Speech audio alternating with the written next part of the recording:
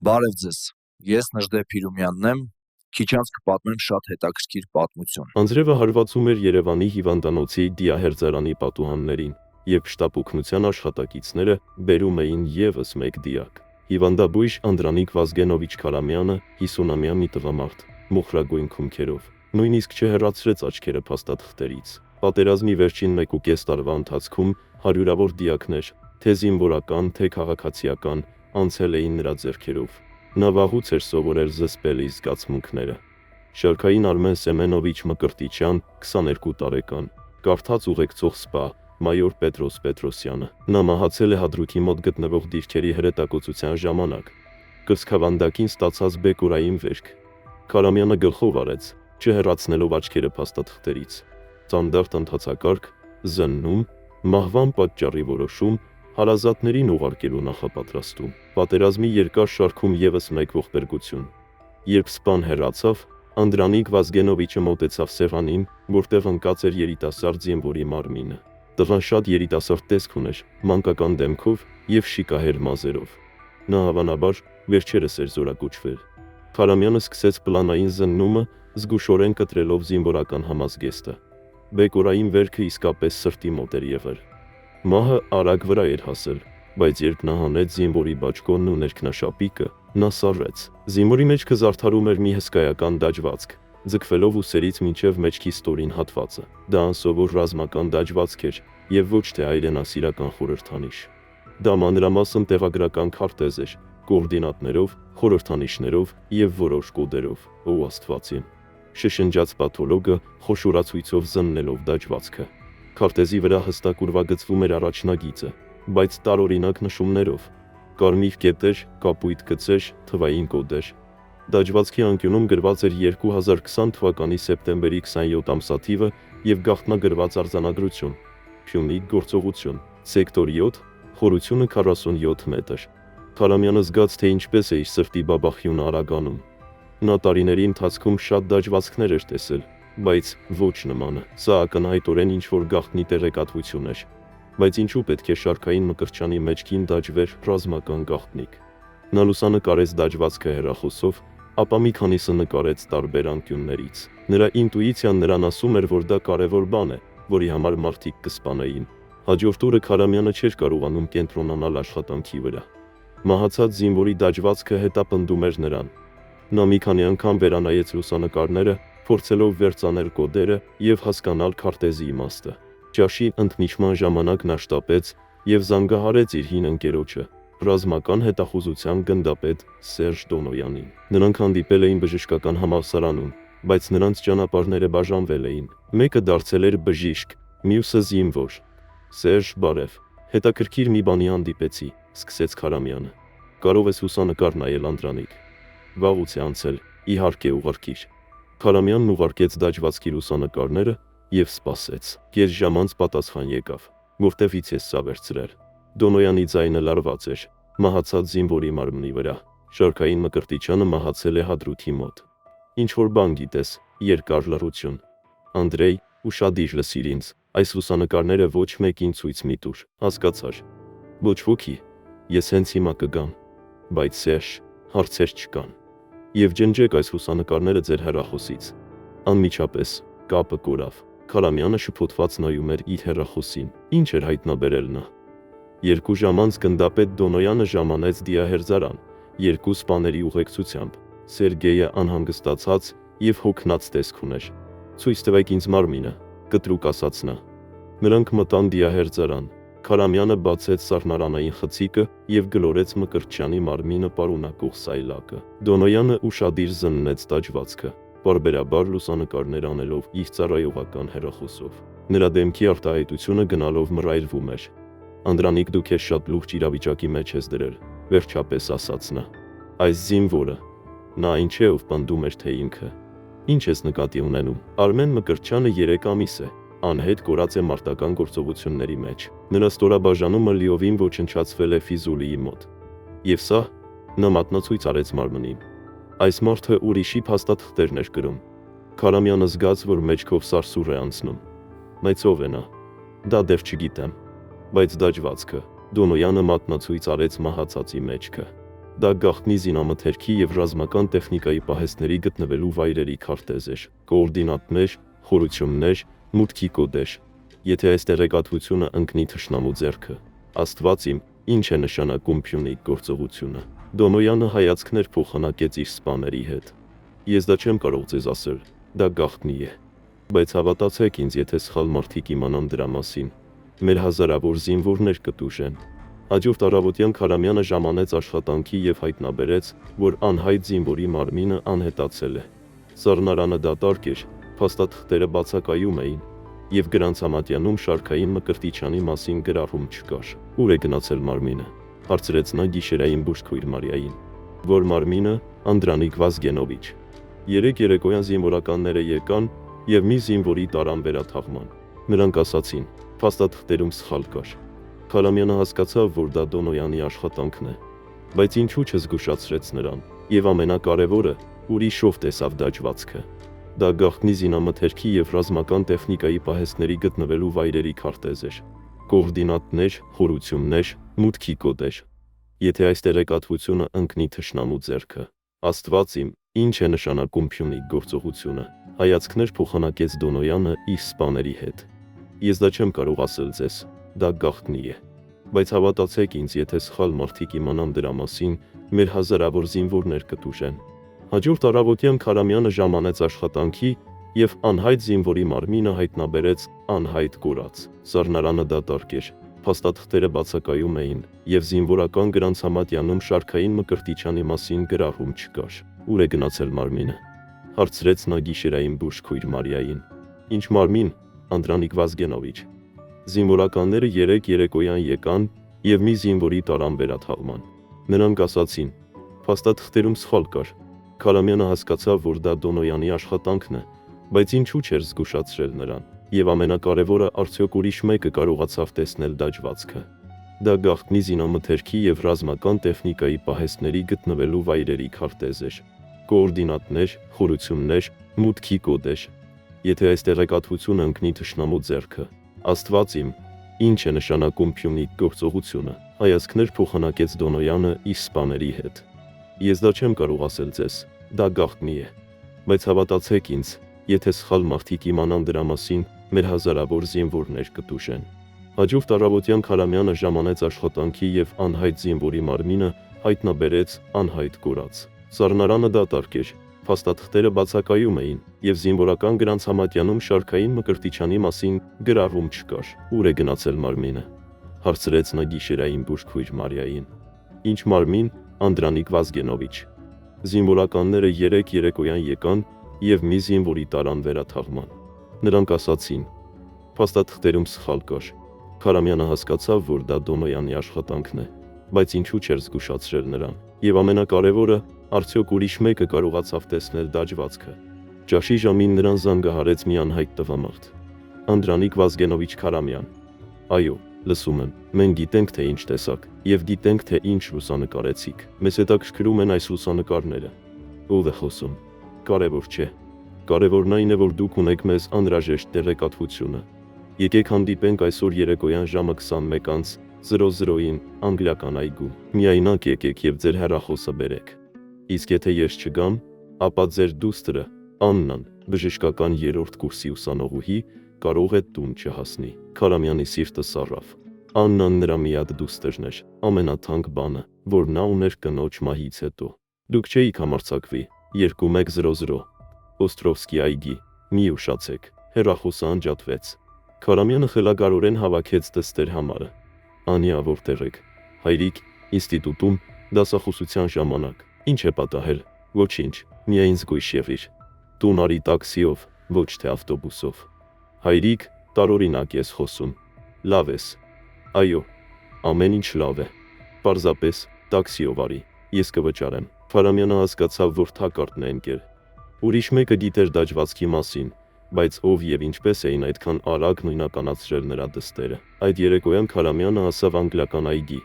Արդեն մութ էր, քիչ անցորդներ շտապում էին տուն։ Հուշարձանի մոտ նրան սպասում էին երկու տղամարդ մուգ բաճկոններով։ Անդրանիկ Վազգենովիչ, մտիր, նստիր նստարանին։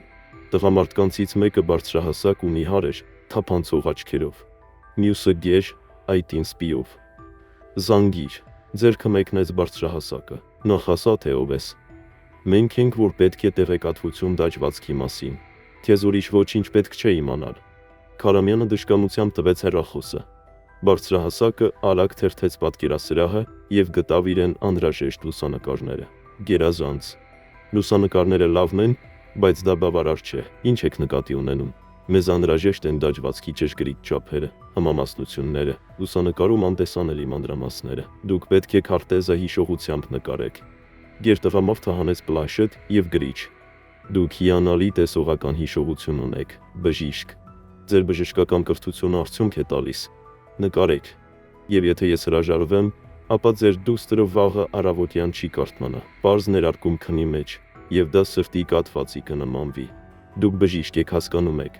Քարամյանը ստիպված էր նկարել։ Նա փորձեց հիշել դաջվածքի յուրաքանչյուր մանրուք, յուրաքանչյուր գիծ եւ թիվ։ Գործընթացը տևեց 1 ժամից ավելի։ Լավ, ասաց բարձրահասակ տղամարդը ուսումնասիրելով նկարը։ Բայց մենք կասկածներ ունենք դրա ճշգրտության վերաբերյալ։ Մենք պետք է համեմատենք այն բնօրինակի հետ։ Բնօրինակը չկա։ Զինվորականները տարել են մարմինը։ Մենք գիտենք եւ գիտենք, թե որտեղ է այն հիմա։ Վաղը առավոտյան դուք մեզ հետ կգաք եւ կրկին կզննեք դաջվածքը։ Չեմ կարող։ Ես աշխատանք ունեմ, պարտականություններ։ Հիվանդության մասին զանգահարեք կամ ասեք, որ գնում եք համաժողովի։ Դա մեր գործը չէ։ Պարզապես պատրաստ եղեք ժամը 8:00-ին։ Տղամարդիկ հեռացան, Քարամյանին թողնելով միայնակ մութ այգու։ Նա գիտեր, որ դժվարության մեջ է, եւ դրանից դուրս գալը հեշտ չէր լինի, բայց ինչ կարող էր անել։ Նրա դստեր կյանքը վտանգի տակ էր։ Այդ առավոտյան մի սև մեքենա, առանց համարանիշների, եկավ Քարամյանին վերցնելու։ Վարում էր մի գեր տղամարդ, սպիով, իսկ նրա կողքին նստած էր մի բարձրահասակ տղամարդ։ Երրորդ տղամարդը, պաթոլոգը, սպասում էր հետևի նստատեղին։ Սառը աչքերով երիտասարդ։ Ուր ենք գնում, հարցրեց Քարամյանը։ Կտեսնես, կտրուկ պատասխանեց բարձրահասակը։ Նրանք դուրս եկան Երևանից եւ ուղղվեցին դեպի սահման։ Ճանապարհորդությունը տևեց մոտ 3 ժամ։ Քարամյանը փորձեց հիշել երթուղին, բայց մի քանի շրջադարձից հետո նա ամբողջովին կորավ։ Վերջապես մեքենան մայրուղուց դուրս եկավ անտառ տանող կեղտոտ ճանապարհի վրա։ Կես ժամ անց նրանք կանգ առան ստորգետնյա բունկերի քողարկված մուտքի մոտ։ Ռազմական բազա, զարմացած ասաց Քարամյանը։ Նման մի բան, ծիծաղեց բարձրահասակը։ Գնանք։ Նրանք անցան մի քանի անցակետերով եւ վերելակով իջան։ Բունկերը հսկայական պարզվեց։ Մի ամբողջ ստորգետնյա քաղաք, միջանցքներով, գրասենյակներով եւ լաբորատորիաներով։ Սենյակներից մեկում, որը նման էր դիահերձարանի, մետաղական սեղանի վրա ընկած էր դաջվածքներով զինվորի մարմինը։ Մոտակայքում կանգնած էր սպիտակ խալաթով մի տղամարդ, ակնհայտորեն բժիշկ։ Հանդիպեք նրան, ասաց բարձրահասակը։ Սա բժիշկ Մկրտչյանն է, նա կօգնի։ Մկրտչյանը ձեռքը մեկնեց Քարամյանին։ Նա տարեց մարդ էր, խելացի աչքերով, բայց նրա հայացքում ինչ-որ անհանգիստ բան կար։ Անդրանիկ Վազգենովիչ, ես շատ եմ լսել ձեր մասին, ասաց նա։ Հիանալի մասնագետ, բժիշկ, միջամտեց բարձրահասակ տղամարդը։ Մենք պետք է ճշգրիտ պատճենենք դաջվածքը։ Ամեն տող, ամեն թիվ պետք է գրանցվի առավելագույն ճշգրտությամբ։ Հաջորդ 2 ժամվա ընթացքում Քարամյանը մանրադիտակի տակ մանրակրկիտ ուսումնասիրեց դաջվածքը, Մկրտչյանին թելադրելով կոորդինատներ եւ կոդեր։ Պարզ էր դառնում, որ դա իսկապես ռազմական օբյեկտների մանրամասն քարտեզ է, զենքի եւ զինամթերքի պահեստների կոորդինատներով։ Ասա ինձ, զգուշորեն հարցրեց Քարամյանը Մկրտչյանին, երբ բարձրահասակը դուրս եկավ սենյակից։ Երկար ժամանակ եք այստեղ աշխատում։ Մոտ 1 տարի, հանգիստ պատասխանեց նա։ Այս ժամանակվանից, երբ ինձ հրավիրել են, նրանք պատանդ վերցրին իմ ընտանիքին, կնոջս եւ որդուս։ Նրանք ասացին, որ ազատ կարձակեն ինձ, երբ ես ավարտեմ իրենց բոլոր առաջադրանքները։ Քարամյանի դեմքի արտահայտությունը սառնացավ, ինչը նշանակում էր, որ նա միակը չէր, ում ստիպում էին աշխատել սպառնալիքի տակ։ Ովքեր են նրանք, հաստատ չգիտեմ։ Ասում են, որ աշխատում են ռազմական հետախուզության համար, բայց կասկածում եմ, որ ավելի բարդ է։ Այստեղ կան տարբեր առոգանություններով մարդիկ, ոչ միայն հայեր, եւ նրանց նպատակները տարօրինակ են։ Այդ պահին բարձրահասակը վերադարձավ սենյակ, ձեռքին պլանշետ, գերազանց է, աշխատանքն ավարտված է։ Բժիշկ Քարամյան, կարող եք տուն գնալ, բայց հիշեք, ոչ մեկին մի ասեք։ Հակառակ դեպքում Քարամյան որոշեց ռիսկի դիմել։ Իրականում ով եք դուք եւ ինչու է ձեզ այս տեղեկատվությունը պետք։ Ենթադրենք, որ մենք աշխատում ենք նրանց համար, ովքեր շահում են պատերազմի հնարավորինս երկար տևողությունից, եւ այս քարտեզը կօգնի մեզ դրանում։ Տուն վերադառնալու ճանապարհին Քարամյան մտածեց իրավիճակի մասին։ Պարզ դարձավ, որ նա օգնել էր որոշ խաբեբաների կամ նույնիսկ դավաճանների ձեռք բերել գաղտնի ռազմական տեղեկատվություն, բայց նա այլընտրանք չուներ։ Դստեր կյանքը ամեն ինչից կարևոր էր։ Տանը նրան անակնկալ էր սպասում։ Աննան նստած էր խոհանոցում եւ խոսում էր գնդապետ Դոնոյանի հետ։ Հայրիկ, նրա մոտ շտապեց դուստրը։ Սեր շորեղբայրն ասաց, որ դուք խնդիրների մեջ եք ընկել ձեր աշխատանքի պատճառով։ Դոնոյանը վեր կացավ եւ լուրջ նայեց ընկերոջը։ Անդրանիկ, մենք շտապ պետք է խոսենք։ Նրանք մտան գրասենյակ։ Դոնոյանը փակեց դուռը եւ միացրեց ինչ-որ սարք, ազդանշանի խլացուցիչ։ Գուվտեր էիք այսօր եւ մի համարցակվեք ստել։ Քարամյանը նրան պատմեց զանգի, սպառնալիքների եւ բունկեր ուղևորության մասին։ Դոնոյանը լսում էր ավելի ու ավելի խոժոռվելով։ Անիծյալ, Անդրանիկ, գիտակցում ես, թե ինչ ես արել։ Ես այլընտրանք չունեի։ Նրանք սպառնացին Անյային։ Այս մարդիկ ռազմական հետախուզություն չեն։ Մենք արդեն նույնականացրել ենք նրանց։ Նրանք մասնավոր ռազմական ընկերություն են, որը միաժամանակ աշխատում է մի քանի երկրների համար։ Նրանք ռազմական գաղտնիքներով են զբաղվում։ Ո Աստված իմ։ Դաջվածքի տեղեկատվությունը պարունակում է մեր ռազմավարական պահեստների կոորդինատները ամբողջ ճակատի երկայնքով։ Եթե թշնամին ստանա այս տվյալները, մենք կկորցնենք հսկայական քանակությամբ զենք եւ սարքավորումներ, եւ ամենակարևորը, մեր հազարավոր զինվորներ կմահանան։ Քարամյանը նստեց աթոռին։ Նա իրեն դավաճան էր զգում։ Ձեզ չգիտեի ինչ անեմ հիմա։ Դու հիմա մեզ համար կաշխատես։ Մենք ունենք այս տեղեկատվությունը որսալու եւ ամբողջ ցանցը հետևելու ծրագիր, բայց Աննան մեր պաշտպանության տակ է։ Մենք նրան արդեն տեղափոխել ենք անվտանգ վայր, եւ դու պետք է քո դերը կատարես մինչեւ վերջ։ Դոնոյանը իր պորտֆելից հանեց հաստ թղթաբանակ։ Ուսումնասիրիր այն։ Վաղը դու կրկին պետք է հանդիպես այս մարդկանց, բայց այս անգամ կիմանաս ինչ անել։ Հաջորդ օրը Քարամյանին զանգ ստացավ։ Բժիշկ, մենք քեզ համար նոր առաջադրանք ունենք։ Մեզ պետք է որ դու նույնականացնես մեկ այլ դիակ, նմանատիպ դաջվածքով զինվոր, եւս մեկ դիակ։ Այո, կարծես թե հանգուցյալ Մկրտչյանը կարևոր տեղեկատվության միակ գրողը չէր։ Կհանդիպենք նույն տեղում 1 ժամից։ Քարամյանը հետևելով Դոնոյանի հրահանգներին համաձայնեց։ Նրա գրպանում մանրանկարչական հաղորդիչ կար, իսկ հագուստի տակ բարակ կևլարե զրահ։ Նույն եռյակը նրան սպասում էր այգում։ Բարձրահասակ տղամարդը անհանգիստ տեսք ուներ։ Բժիշկ, իրավիճակը փոխվել է։ Մենք իմացանք, որ զինվորականները տեղեկատվության արտահոսք են փնտրում։ Հնարավոր է ձեզ հետաքննում են։ Ինչ նկատի ունեք։ Ձեր ընկերը գնդապետ Դոնոյանը անվտանգության ծառայություններում ձեր մասին հարցեր է տվել։ Նա ստուգում էր, թե արդյոք դուք որևէ մեկին գաղտնի տեղեկատվություն եք փոխանցել։ Քարամյանը ձևացրեց, թե վախենում է։ Դոնոյանի սցենարի համաձայն նա պետք է ցույց տար, որ պատրաստ է ամբողջությամբ անցնել նրանց կողմը։ Աստված իմ։ Ուրեմն նրանք կասկածում են ինձ։ Ինչ պետք է անեմ։ Հանգստացեք, մենք առաջարկ ունենք։ Մենք կարող ենք ձեզ եւ ձեր դստերը տրամադրել նոր փաստաթղթեր, տեղափոխվել մեկ այլ երկիր, արժանապատիվ կյանք, բայց դրա դիմաց դուք ստիպված կլինեք մի փոքր ավելի երկար աշխատել մեզ համար։ Ինչ եք ուզում։ Ձեր հիվանդանոցի դիահերձարանում պետք է հայտնվի դաջվածքով մեկ այլ զինվորի մարմինը։ Դոնոյանի ծրագրի համաձայն զինվորի մարմինը իսկապես պետք է բերվեր դիահերձարան։ Բայց դա պետք է լիներ ճակատային դեմք, հետախուզության գործակալ, կեղծ դաջվածքով, որը պարունակում էր կեղծ տեղեկատվություն։ Ժամը 8:00-ի ժամանեց շտապ օգնության մեքենան։ Շտապ օգնության աշխատակիցները տեղափոխեցին երիտասարդ զինվորի դիակ։ Ավագ լեյտենանտ Ասատրյան հայտնեց ուղեկցող սպան։ Նա ականի վրա է կանգնել, նա դեռ հասանելի չէ հարազատների համար։ Նրանք ստուգում են նրա փաստաթղթերը։ Քարամյանը գլխով արեց եւ մենակ մնալով արագ զննեց դիակը։ Մահացածի մեջքին իսկապես դաջվածք կար, որը շատ նման էր նախկինում տեսածին, բայց կոորդինատներն ու կոդերը տարբեր էին։ Նա լուսանկարեց դաջվածքը հատուկ հեռախոսով եւ ուղարկեց պատկերները։ Արագ պատասխան եկավ. Գերազանց է։ Սպասեք հետագա հրահանգների։ Կես ժամ անց քաղաքացիական հագուստով մի քանի տղամարդիկ ներխուժեցին դիահերձարան։ Նրանց մեջ Քարամյանը ճանաչեց բարձրահասակ տղամարդուն։ Որտեղ է դիակը, կտրուկ հարցրեց նա։ Սառնարանում, պատասխանեց Քարամյանը, ձևացնելով, թե վախեցած է։ Նրանք մտան դիահերձարան։ Բարձրահասակ տղամարդը արագ զննեց մահացածին, ինչ որ բան լուսանկարելով, գրառումներ անելով։ Նրա դեմքը լարված էր, տարօրինակ է, մրմնջաց նա։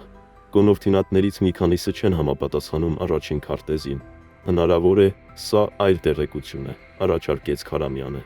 Հնարավոր է, բայց մենք պետք է ստուգենք։ Բժիշկ, մեզ ձեր օգնությունը պետք կգա։ Մեկ անգամ եւս, այդ պահին դիահերձարանի դուռը բացվեց եւ ներս մտան դիմակավորված հատուկ նշանակության զորքերի զինվորներ։ Նրանց ետևում հայտնվեց գնդապետ Դոնոյանը։ Ձեռքերը վեր, բոլորը հատակին։ Բարձրահասակը փորձեց հանել ատրճանակը, բայց նրան հարվածեցին կոթով։ Գերամորթին եւ խմբի երրորդ անդամին վայրկյանների ընթացքում ճնշեցին։ Անդրանիկը սևանից հեռանալով հրամայեց Դոնոյանին։ Մահացած ավագ լեյտենանտ Ասատրյանը հանկարծ բացեց աչքերը, նստեց սեղանին եւ դեմքից հանեց մահը սիմուլացնող խատուկ դիմակը։ Առաքելությունը կատարված է, ընկեր գնդապետ, հայտնեց նա։ Ամեն ինչ ձայնագրվել էր տեսա եւ աուդիո տարբերակով։ Կալանավորների հարցաքննությունները ընթանում էին ազգային անվտանգության ծառայության շենքի նկուղում։ Բարձրահասակը, ինչպես պարզվեց, օտարերկրացի էր, Սահակ Քալանյան անունով։ Գերամորթը Պետրոս Սավչյանը, երրորդը Թոմաս Կովալյանը։ Գնդապետ Դոնոյանը նստած էր հարցաքննության սենյակում, Քալանյանի դիմացի սեղանի մոտ։ Այսպիսով Սահակ, ասա մեզ, թե ում համար ես աշխատում, սկսեց նա։ Ես ուզում եմ փաստաբան եւ դեսպանատան ներկայացուցիչ։ Փաստաբանը հետո կգա։ Առայժմ խոսենք մարդկանց պես։ Մենք գիտենք, որ դուք ռազմական գաղտնիքների դիլերների միջազգային ցանցի անդամ եք։ Մենք չէինք ուզում, որ որևէ մեկը վնասվի։ Դա պարզապես բիզնես էր, պայթեց Կալանյանը։ Դոնոյանը զզվանքով նայեց նրան։ Դա պարզապես բիզնես չէ։ Զինվորները մահանում են ձեզ նման մարդկանց պատճառով։ 2 օր տևած հարցաքննությունից հետո պատկերը սկսեց պարզ դառնալ։ Կալանյանը եւ նրա խումբը իսկապես աշխատում էին ռազմական գաղտնիքների դիլերների միջազգային ցանցի համար։ Նրանց հաջախորդները տարբեր երկրների հետախուզական գործակալություններ էին, որոնք հետաքրքրված էին հակամարտությունը երկարաձգելով։ Մենք ճշգրիտ չգիտեինք, թե ով էր վճարում։ Դա ռումբ էր, այսինքն մեր գլխավոր շտաբում դավաճան կար, ասաց Դոնոյանը։ Անունն էր, կոպտորեն պահանջեց նա։ Կալանյանը անվանեց Մորոզյանին, նախկին հետախուզության սպա, որը 2 տարի առաջ անցել էր ցանց։ Նա մասնագիտացած էր գաղտնի ռազմական տեղեկատվություն ստանալու մեջ։ Ինչու էր նա քարտեզ դաջել մեջքին։ Դա նրա գաղափարն էր։ Նա ասաց, որ այսպես ավելի անվտանգ է։ Ոչ ոքի մտքով չի անցնի գաղտնիքներ փնտրել մահացած մարդու մաշկի վրա։ Բայց ինչպես է նա ստացել այս տեղեկատվությունը։ Նա կապեր ուներ շտաբում։ Ինչ որ բարձրաստիճան անձ նրան տվյալներ էր վաճառում փողի դիմաց։ Անունն էր, Դոնոյանը հասկացավ, որ այսինքն մեկը վիրավորվել է։ Դա պարզապես բիզնես էր, պայթեց Կալանյանը։ Դոնոյանը զզվանքով նայեց նրան։ Դա պարզապես բիզնես չէ։ Ձեզ նման մարդկանց պատճառով զինվորներ են մահանում։ 2 օր տևած հարցաքննությունից հետո պատկերը սկսեց պարզ դառնալ։ Կալանյանը եւ նրա խումբը իսկապես աշխատում էին ռազմական գաղտնիքների վաճառողների միջազգային ցանցի համար։ Նրանց հաջախորդները տարբեր երկրների հետախուզական գործակալություններ էին, որոնք հետաքրքրված էին հակամարտությունը երկարաձգելով։ Մենք ճշգրիտ չգիտեինք, թե ով էր վճարում։ Դա ռումբ էր, այսինքն մեր գլխավոր շտաբում դավաճան կար, ասաց Դոնոյանը։ Անունն էր, կոպտորեն պահանջեց նա։ Կալանյանը անվանեց Մորոզյանին, նախկին հետախուզության սպա, որը 2 տարի առաջ անցել էր ցանց։ Նա մասնագիտացած էր գաղտնի ռազմական տեղեկատվություն ստանալու մեջ։ Ինչու էր նա քարտեզ դաջել մեջքին։ Դա նրա գաղափարն էր։ Նա ասաց, որ այդպես ավելի անվտանգ է։ Ոչ ոքի մտքով չի անցնի գաղտնիքներ փնտրել մահացած մարդու մաշկի վրա։ Բայց ինչպես է նա ստացել այս տեղեկատվությունը։ Նա կապեր ուներ շտաբում։ Ինչ որ բարձրաստիճան անձ նրան տեղեկատվություն էր վաճառում փողի դիմաց։ Անունն էր, Դոնոյանը հասկացավ, որ այսինքն մեկը վիրավորվել է։ Դա պարզապես բիզնես էր, պայթեց Կալանյանը։ Դոնոյանը զզվանքով նայեց նրան։ Դա պարզապես բիզնես չէ։ Ձեզ նման մարդկանց պատճառով զինվորներ են մահանում։ 2 օր տևած հարցաքննությունից հետո պատկերը սկսեց պարզ դառնալ։ Կալանյանը եւ նրա խումբը իսկապես աշխատում էին ռազմական գաղտնիքների վաճառողների միջազգային ցանցի համար։ Նրանց հաջախորդները տարբեր երկրների հետախուզական գործակալություններ էին, որոնք հետաքրքրված էին հակամարտությունը երկարաձգելով։ Մենք ճշգրիտ չգիտեինք, թե ով էր վճարում։ Դա ռումբ էր, այսինքն մեր գլխավոր շտաբում դավաճան կար, ասաց Դոնոյանը։ Անունն էր, կոպտորեն պահանջեց նա։ Կալանյանը անվանեց Մորոզյանին, նախկին հետախուզության սպա, որը 2 տարի առաջ անցել էր ցանց։ Նա մասնագիտացած էր գաղտնի ռազմական տեղեկատվություն ստանալու մեջ։ Ինչու էր նա քարտեզ դաջել մեջքին։ Դա նրա գաղափարն էր։ Նա ասաց, որ այդպես ավելի անվտանգ է։ Ոչ ոքի մտքով չի անցնի գաղտնիքներ փնտրել մահացած մարդու մաշկի վրա, բայց ինչպես է նա ստացել այս տեղեկատվությունը։ Նա կապեր ուներ շտաբում, ինչ որ բարձրաստիճան անձ նրան տեղեկատվություն էր վաճառում փողի դիմաց։ Անունն էր։ Դոնոյանը հասկացավ, իշխանության ամենաբարձր էշելոններում սկսվում է խլուրդների որս։ Գլխավոր շտաբի պետ, գեներալ գնդապետ Միքայել Իվանյանի գրասենյակում տեղի էր ունենում արտակարգ խորհրդակցություն։ Ներկա էին միայն ամենավստահելի մարդիկ, հետախուզության պետը, հակահետախուզության պետը եւ մի քանի տեղակալներ։ Այսպիսով, պարոնայք, մենք լուրջ խնդիր ունենք, սկսեց Իվանյանը։ Դոնոյանը զեկուցեց գործողության արդյունքների մասին եւ ցույց տվեց դաջվածքի սղագրությունը։ Դատելով տվյալների բնույթից, արտահոսքը գալիս էր կամ օպերատիվ վարչությունից, կամ գլխավոր շտաբի պետի տեղակալներից։ Քանի մարդ ունի այս տեղեկատվությանը հասանելիություն։ Ոչ ավելի քան 15, պատասխանեց հակահետախուզության պետը։ Ես կկազմեմ ցուցակ եւ կսկսեմ ստուգել յուրաքանչյուրին։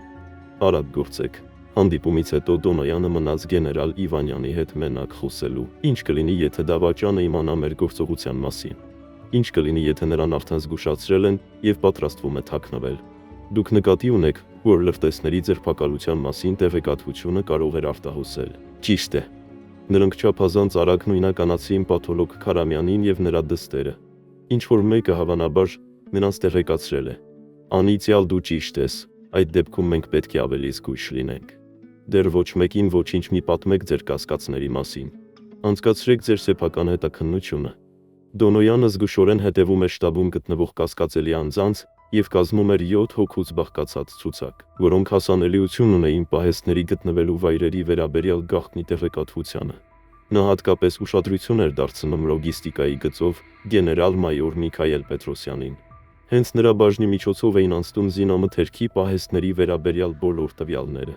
Պետրոսյանը նաև ֆինանսական խնդիրներ ուներ, ամուսնալուծություն կնոջից, ալիմենտների վճարումներ, վարկեր։ Դոնոյանը օգնություն խնդրեց ազգային անվտանգության ծառայությունից իր հին ընկերոջից, մայոր Արտակ Արշակյանից։ Արտակ, ես պետք է գեներալին հսկողության տակ դնեմ։ Շատ զգուշորեն։ Խնդիր չկա։ Մեկ շաբաթ անց նրանք ստացան իրենց առաջին արդյունքները։ Գեներալը շաբաթվա ընթացքում 2 անգամ նույն անձի հետ հանդիպել էր ռեստորանում։ Լուսանկարներ ունեք, իհարկե։ Նրանք ցույց տվեցին գեներալին, որը տղամարդուն ծրար էր տալիս, ով իր հերթին նրան հաստ փաթեթ տվեց։ Տեղեկատվության դասական փոխանակում փողի դիմաց, հայտարարեց Դոնոյանը։ 3 օր անց գեներալ Պետրոսյանը նշանակեց եւս մեկ հանդիպում։ Այս անգամ ազգային անվտանգության ծառայության աշխատակիցները պատրաստ էին։ Ռեստորանում մոտակա սեղանների մոտ նստած էին քողարկված գործակալներ, մատուցողները նույնպես իրենցն էին։ Զրույցի յուրաքանչյուր բառ ձայնագրված էր։ Անդրանիկ Վազգենովիչ, ես նոր տեղեկություններ ունեմ քեզ համար, հանգիստ ասաց գեներալ Պետրոսյանը։ Ահա նոր տվյալները։ Նա ֆլեշ գրիչ տվեց։ Գերազանց է, Միքայել Արշավիրովիչ։ Մեր գործընկերները գոհ կլինեն։ Ահա ձեր վճարումը։ Այդ պահին նրանց սեղանին մոտեցան աշխատակիցները։ Գեներալ Պետրոսյան, դուք ձերբակալված եք դավաճանության կասկածանքով, հայտարարեց խմբի ղեկավարը։ Պետրոսյանը գունատվեց, Կոզարյանը փորձեց կանգնել, բայց նրան անմիջապես զսպեցին։ Սա թյուրիմացություն է, գոռաց գեներալը։ Ասեք շտաբին, սառնորեն պատասխանեց աշխատակիցը։ Ազգային անվտանգության ծառայության քննիչի գրասենյակում գեներալ Պետրոսյանը նստած էր գլուխը կախ։ Նրա փաստաբանը մոտակայքում կանգնած էր։ Նրա դիմաց կանգնած էին գնդապետ Դոնոյանը եւ քննիչ մայոր Միքայել Վազգենովիչ Կարապետյանը։ Մենք ունենք ձեր եւ Կոզարյանի հանդիպումների տեսագրություններ եւ աուդիոձայնագրություններ։ Կան վկաներ, հերքելու իմաստ չկա։ Պետրոսյանը լուր մնաց։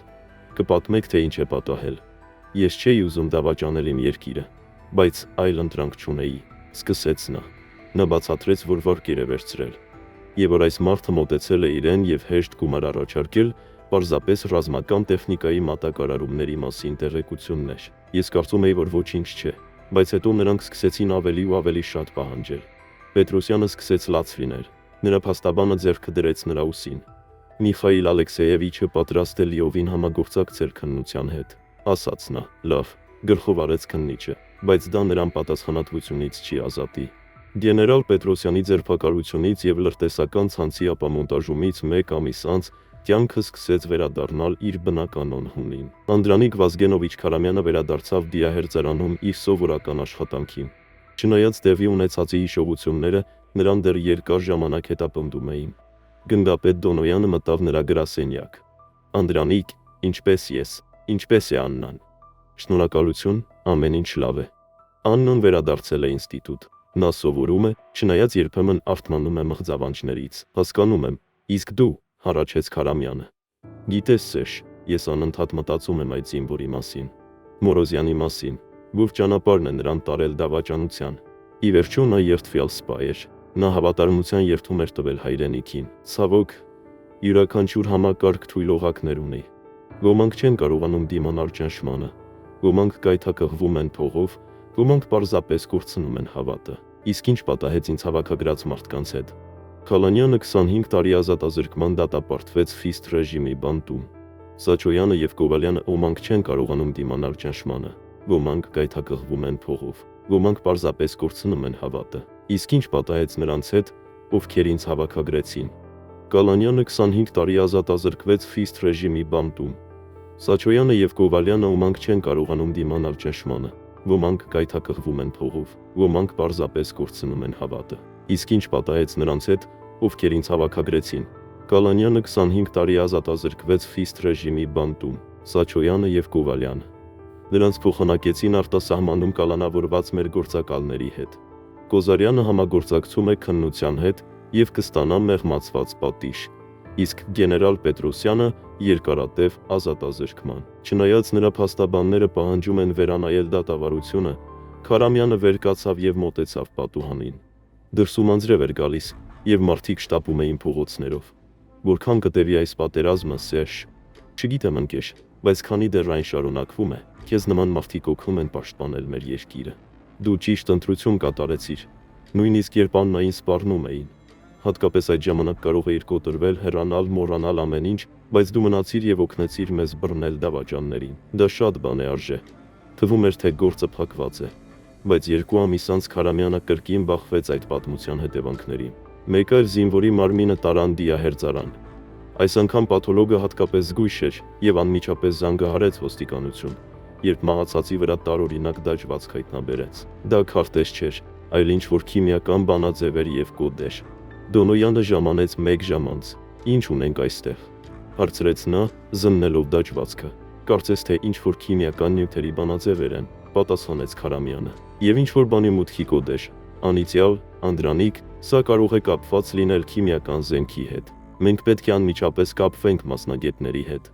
Երեկոյան մասնագետները հաստատեցին իրենց ամենավատ մտավախությունները։ Դաջվածքի վրա կային քիմիական պատերազմի նյութերի բանաձևեր եւ գաղտնի լաբորատորիաների մուտքի կոդեր, որտեղ դրանք արտադրվել են, այսինքն ինչ որ մեկը պլանավորում էր քիմիական զենք օգտագործել։ Գուցե կամ վաճառել այս տեղեկատվությունը ահաբեկիչներին, մռայլ պատասխանեց Դոնոյանը։ Ամեն դեպքում մենք կրկին գործ ունենք շատ վտանգավոր մարդկանց հետ։ Եվ ով է այս զինվորը։ Սերժանտ Մինասյանը ծառայել է քիմիական զորքերում։ Պաշտոնապես նա մահացել է քիմիական պահեստում տեղի ունեցած պայթյունի հետևանքով, բայց հիմա պարզ է, որ դա պատահական չէր։ Այսինքն նրանք նրան սպանել են ամենայն հավանականությամբ տեղեկատվություն ստանալու համար։ Հետաքննությունը պարզել է, որ լրտեսական ցանցը, որը նրանք կարծում էին, որ ապամոնտաժվել է, իրականում ավելի մեծ կազմակերպության մի մասն էր։ Ազգային անվտանգության ծառայության գրասենյակում գնդապետ Դոնոյանը գեներալի հետ ուսումնասիրել են նոր տվյալները։ Մենք թերագնահատել ենք խնդրի մասշտաբները, ասել է գեներալը։ Այս մարդիկ առևտուր են անում ոչ միայն ռազմական գաղտնիքների, այլև քիմիական եւ կենսաբանական զենքի վերաբերյալ տվյալների հետ։ Ով է կանգնած սրա հետևում։ Միջազգային սինդիկատ Հիդրակոդային անվամբ։ Նրանք գործում են բազմաթիվ երկրներում, տեղեկատվություն վաճառելով յուրաքանչյուրին, ով պատրաստ է վճարել։ Եվ ինչպես ենք մենք պայքարում նրանց դեմ։ Մեզ անհրաժեշտ է միջազգային գործողություն, բայց առայժմ մենք պետք է գործենք միայնակ։ Լավագույն օպերատիվ գործակալները միացել են հետաքննությանը։ Քարամյանը, որպես մեկը, ով արդեն հանդիպել էր այս ցանցին, նույնպես բերվեց որպես խորհրդատու։ Անդրանիկ Վազգենովիչ, բացատրեց գեներալը, այս մարդկանց հետ ձեր շփվելու փորձը կարող է օգնել մեզ հասկանալ նրանց մեթոդները, բայց ես լրտես չեմ, դա կարևոր չէ։ Դուք տեսել եք, թե ինչպես են նրանք աշխատում, գիտեք նրանց հոգեբանությունը։ Դա արժեքավոր է։ Քարամյանը հասկացավ, որ իր խաղաղ կյանքը որպես պաթոլոգ ավարտվել է։ Այժմ նա ավելի մեծ խաղի մասնակից էր, որտեղ հազարավոր մարդկանց կյանքեր էին վտանգված։ Հետաքննությունը ցույց տվեց, որ Հիդրանը գործակալներ ունի տասնյակ երկրներում։ Նրանց նպատակն է անկայունացնել աշխարհը, ստեղծել հակամարտություններ, որոնք կարող են դրամայնացվել։ Տեսնում եք, հարցաքննության ժամանակ բացատրեց գերի վերցված սինդիկատի գործակալը։ Պատերազմը շատ շահավետ բիզնես է։ Մենք հակամարտություններ չենք ստեղծում, մենք աջակցում եւ շահագործում ենք դրանք։ Իսկ ինչու է ձեզ քիմիական զենք պետք, հարցրեց քննիչը։ Դրանք բարձրակարգ արտադրանք են։ Նրանք պատրաստ են միլիոններ վճարել նոր թունավոր նյութերի բանաձևերի համար, եւ ոչ միայն պետություններ, այլև ահաբեկչական կազմակերպություններ։ Դոնոյանը լսում էր հարցաքննության ձայնագրությունը հարևան սենյակում։ Մենք պետք է գտնենք նրանց առաջնորդներին, ասաց նա գեներալին։ Մինչ մենք մանր ձկներ ենք որսում, գետերը ազատ են։ Համաձայն եմ, բայց ինչպես, ես մի գաղափար ունեմ։ Քարամյանը կարող է խաղալ տեղեկատվության միջնորդի դեր։ Մենք կկազմակերպենք կեղծ տվյալների արտահոսք եւ կտեսնենք, թե ով է գծում վեսկային։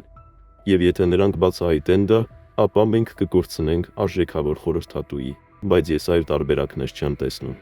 Քարամյանը նյարդային էր։ Նա պետք է հանդիպեր Հիդրայի ներկայացուցիչների հետ եւ նրանց տեղեկատվություն առաջարկեր կենսաբանական զենքի նոր տեսակի մասին։ Իհարկե տեղեկատվությունը կեղծ էր, բայց շատ համոզիչ էր թվում։ Հանդիպումը նախատեսված էր Թբիլիսիում։ Քարամյանը պետք է այնտեղ թռչեր, քողարկված որպես բժշկական կոնֆերանսի մասնակից։ Հիշեք, հրահանգեց նրան Դոնոյանը, ձեր խնդիրն է կապվել Կոդային անուն բժիշկ։ Մենք նրա մասին ուրիշ ոչինչ չգիտենք, եւ եթե ինչ-որ բան այնպես չգնա, մեր մարդիկ մոտակայքում կլինեն, բայց զգույշ եղեք, այս մարդիկ շատ վտանգավոր են։ Թբիլիսիում Քարամյանը մնաց Գրանդ Հիլթոն հյուրանոցում։ Առաջին 2 օրերին նա մասնակցեց իրական բժշկական սեմինարների, ստեղծելով իր համար նախատեսված լուսաբանումը։ Երրորդ օրը նրան զանգահարեցին. «Բժիշկ Քարամյան, մենք ունենք ընդհանուր ընկերներ, որոնք ձեզ խորհուրդ տվեցին որպես լուրջ անձնավորություն։ Այսօր ժամը 20:00-ին Պանդելի ռեստորանում, որը գտնվում է Գրատուս Թբիլիսիի Քստեյ տարածքում, հարցրեք Սևան Գեորգի անունով»։ Քարամյանը հասկացավ, որ խաղը սկսվել է։ Ռեստորանում նրան սպասում էր թանկարժեք կոստյումով նրբագեղ միջին տարիքի տղամարդ։ Բժիշկ Քարամյան, իմ անունը Նինո է։ Նա պետք է հանդիպեր Հիդրայի ներկայացուցիչների հետ եւ նրանց տեղեկություններ տար կենսաբանական զենքի նոր տեսակի մասին։ Տեղեկատվությունը իհարկե կեղծ էր, բայց շատ համոզիչ էր թվում։ Հանդիպումը նախատեսված էր Թբիլիսիում։ Քարամյանը պետք է այնտեղ թռչեր, քողարկված որպես բժշկական կոնֆերանսի մասնակից։ Հիշեք, հրահանգեց նրան Դոնոյանը, ձեր խնդիրն է կապվել նրանց Եվրոպայում համակարգողի հետ, Կոդային անուն բժիշկ։ Մենք նրա մասին ուրիշ ոչինչ չգիտենք։ Եվ եթե ինչ-որ բան այնպես չգնա, մեր մարդիկ մոտակայքում կլինեն։ Բայց զգույշ եղեք, այս մարդիկ շատ վտանգավոր են։ Թբիլիսիում Քարամյանը մնաց Գրանդ Հիլթոն հյուրանոցում։ Առաջին 2 օրերին նա մասնակցեց իրական բժշկական սեմինարների, ստեղծելով իր նախապատմությունը։ Երրորդ օրը նրան զանգահարեցին. «Բժիշկ Քարամյան, մենք ունենք ընդհանուր ընկերներ, որոնք ձեզ խորհուրդ տվեցին որպես լուրջ անձնավորություն։ Այսօր երեկոյան ժամը 8:00-ին Գրատուս Թբիլիսիի Քստայ թաղամասի Պանդելի ռեստորանում, հարցրեք Սևան Գեորգի Քարամյան անունով»։ Քարամյանը հասկացավ, որ խաղը սկսվել է։ Ռեստորանում նրան սպասում էր թանկարժեք կոստյումով նրբագեղ միջին տարիքի տղամարդ։ Բժիշկ Քարամյան, իմ անունը Նինո է։ Նա պետք է հանդիպեր Հիդրայի ներկայացուցիչների հետ եւ նրանց տեղեկություններ տար կենսաբանական զենքի նոր տեսակի մասին։ Տեղեկատվությունը իհարկե կեղծ էր, բայց շատ համոզիչ էր թվում։ Հանդիպումը նախատեսված էր Թբիլիսիում։ Քարամյանը պետք է այնտեղ թռչեր, քողարկված որպես բժշկական կոնֆերանսի մասնակից։ Հիշեք, հրահանգեց նրան Դոնոյանը, ձեր խնդիրն է կապվել նրանց Եվրոպայում համակարգողի հետ, Կոդային անուն բժիշկ։ Մենք նրա մասին ուրիշ ոչինչ չգիտենք։ Եվ եթե ինչ-որ բան այնպես չգնա, մեր մարդիկ մոտակայքում կլինեն։ Բայց այս մարդիկ շատ վտանգավոր են։ Թբիլիսիում Քարամյանը մնաց Գրանդ Հիլթոն հյուրանոցում։ Առաջին 2 օրերին նա մասնակցեց իրական բժշկական սեմինարների, ստեղծելով իր նախապատմությունը։ Երրորդ օրը նրան զանգահարեցին. «Բժիշկ Քարամյան, մենք ունենք ընդհանուր ընկերներ, որոնք ձեզ խորհուրդ տվեցին որպես լուրջ անձնավորություն։ Այսօր երեկոյան ժամը 8:00-ին Գրատուս Թբիլիսիի Քստայ թաղամասի Պանդելի ռեստորանում, հարցրեք Սևան Գեորգի Քարամյան անունով»։ Քարամյանը հասկացավ, որ խաղը սկսվել է։ Ռեստորանում նրան սպասում էր թանկարժեք կոստյումով նրբագեղ միջին տարիքի տղամարդ։ Բժիշկ Քարամյան, իմ անունը Նինո է։ ասաց տղամարդը հազիվ նկատելի հունական առոգանությամբ։ Մեր ընդհանուր ընկերներն ասում են, որ դուք հետաքրքիր տեղեկություններ ունեք։ Հնարավոր է, բայց նախ պետք է համոզվեմ, որ դուք լուրջ եք։ Փարամյանը գրպանից ֆլեշ գրիչ անեց։ Սա պարունակում է գաղտնի լաբորատորիայում մշակված նոր կենսաբանական նյութի բանաձևը։ 90% մահացության մակարդակ, 3-օրյա ինկուբացիոն ժամանակահատված։ Հակաթույն չկա։ Նինոյի աչքերը փայլեցին։ Հետաքրքիր է, թե որքան եք ուզում այս տեղեկատվության համար։ $5 միլիոն եւ անվտանգության երաշխիք։ Ես պետք է խորհրդակցեմ իմ գործընկերների հետ։ Վաղը նույն ժամին այստեղ կլինի մեկը, ով կարող է որոշում կայացնել։ Լաց հիշեք, որ առաջարկը ժամանակային սահմանափակ է։ Հաջորդ օրը ռեստորան եկավ մեկ այլ տղամարդ։ Բարձրահասակ, նիհար, թափանցող աչքերով։ Քարամյանը անմիջապես հասկացավ, որ նա լուրջ խաղացող է։ Իմ անունը Բժիշկ է, ներկայացավ անծանոթը։ Ես լսել եմ ձեր առաջարկի մասին։ Ահա այն գլխավոր նպատակը, մտածեց Քարամյանը։ Տեղեկատվությունը իսկապես եզակի է, շարունակեց Բժիշկը։ Բայց մեզ անհրաժեշտ են դրա իսկության երաշխիքներ։ Ինչ երաշխիքներ։ Դուք պետք է մեզ ցույց տաք այն լաբորատորիան, որտեղ այն մշակվել է, եւ մեզ ծանոթացնեք գիտնականների հետ։ Քարամյանը հասկացավ, որ թակարդն է ընկել։ Լաբորատորիա գոյություն չունի, ապա գործարքն անհնար է։ Սառնորեն պատասխանեց Բժիշկը։ Մենք խոս չենք գնում, նա վեր կացավ, հեռանալու համար։ Սպասեք, կանչեց Քարամյանը։ Գուցե կարողանանք փողզիչում գտնել։ Ինչ տեսակի։ Ես ձեզ ցույց կտամ մշակողներից մեկին։ Նա հիմա թոշակի է անցել, հանգիստ ապրում է Մոսկվայում, բայց դա կարժենա եւս 1 միլիոն։ Բժիշկը մի պահ մտածեց. լավ, բայց եթե սա խաբեություն է, դուք կզղջաք։ Թբիլիսիում գործողությունը հաջողությամբ պսակվեց։ Բժիշկը եւ նրա մարդիկ ձերբակալվեցին ներխուժելու փորձի ժամանակ։ Միջազգային հիդրացանցը լուրջ վնաս կրեց։ Երևանի դիահերձարանում Քարամյանը վերադարձել էր իր սովորական աշխատանքին, բայց հիմա նա գիտեր, որ խաղաղությունը կարող է խաբուսիկ լինել։ Գնդապետ Դոնոյանը նրա մոտ եկավ լավ լուրերով։ Անդրանիկ, գործողությունը համարվել է լիակատար հաջողված։ Դու ստանում ես ազգային անվտանգության ծառայության ղեկավարության գովասանքը։ Շնորհակալություն, բայց հուսով եմ, այլևս նման բանի հետ գործ չեմ ունենա։ Ոչ մի խոստում, ծիծաղեց Դոնոյանը։ Պարզվեց, որ դու իսկական տաղանդ ունես օպերատիվ աշխատանքի համար։ Քարամյանը նայեց ընկերոջը։ Գիտես, Սերժ, երբ տեսա զինվորի մարմնի վրա այդ առաջին դաջվածքը, չէի կարող պատկերացնել, թե որտեղ այն կտանի։ Կյանքը լի է անակնկալներով, փիլիսոփայորեն նկատեց Դոնոյանը։ Գլխավորն այն է, որ մենք կանգնեցրինք վտանգավոր հանցագործներին։ Եվ ինչ պատահեց այդ բունկերից Բժիշկ Մկրտչյանի հետ։ Նա ազատ արձակվեց, միացավ իր ընտանիքին եւ փոխհատուցում ստացավ պետությունից։ Հիմա նա աշխատում է Գյումրու սովորական հիվանդանոցում։ Պաթոլոգի գրասենյակի պատուհանից դուրս արևը փայլում էր։ Պատերազմը շարունակվում էր, բայց նրանց ջանքերի շնորհիվ թշնամին կորցրել էր տեղեկատվության կարևոր աղբյուրներ։ Քարամյանը գիտեր, որ իր ներդրումն է ունեցել հայրենիքի պաշտպանության գործում, չնայած որ համազգեստ չէր հագել։ Նա բացեց գրանցամատյանը եւ պատրաստվեց սովորական աշխատանքային օրվա, բայց խորքում գիտեր, որ անհրաժեշտության դեպքում նա կրկին պատրաստ է պաշտպանել իր երկիրը։ Ի վերջո, պատերազմը մղվում է ոչ միայն ռազմաճակատում, այլև ստվերում, որտեղ կռվում են անտեսանելի զինվորներ։ Մահացած զինվորի դաջվածքը բացահայտեց դավաճանության եւ միջազգային լրտեսության մի ամբողջ ցանց, բայց ամենակարևորը, այն ցույց տվեց, որ նույնիսկ սովորական բժիշկը կարող է հերոս դառնալ, եթե ունենա ճիշտ ընտրություն կատարելու քաջություն։ Պատմությունն ավարտվել է, բայց երկրի անվտանգության համար պայքարը շարունակվում է ամեն օր։ Եվ ով գիտի, թե ինչ այլ գաղտնիքներ են պահում հայկական քաղաքների դիահերձարաններ ժամանող մարմինները։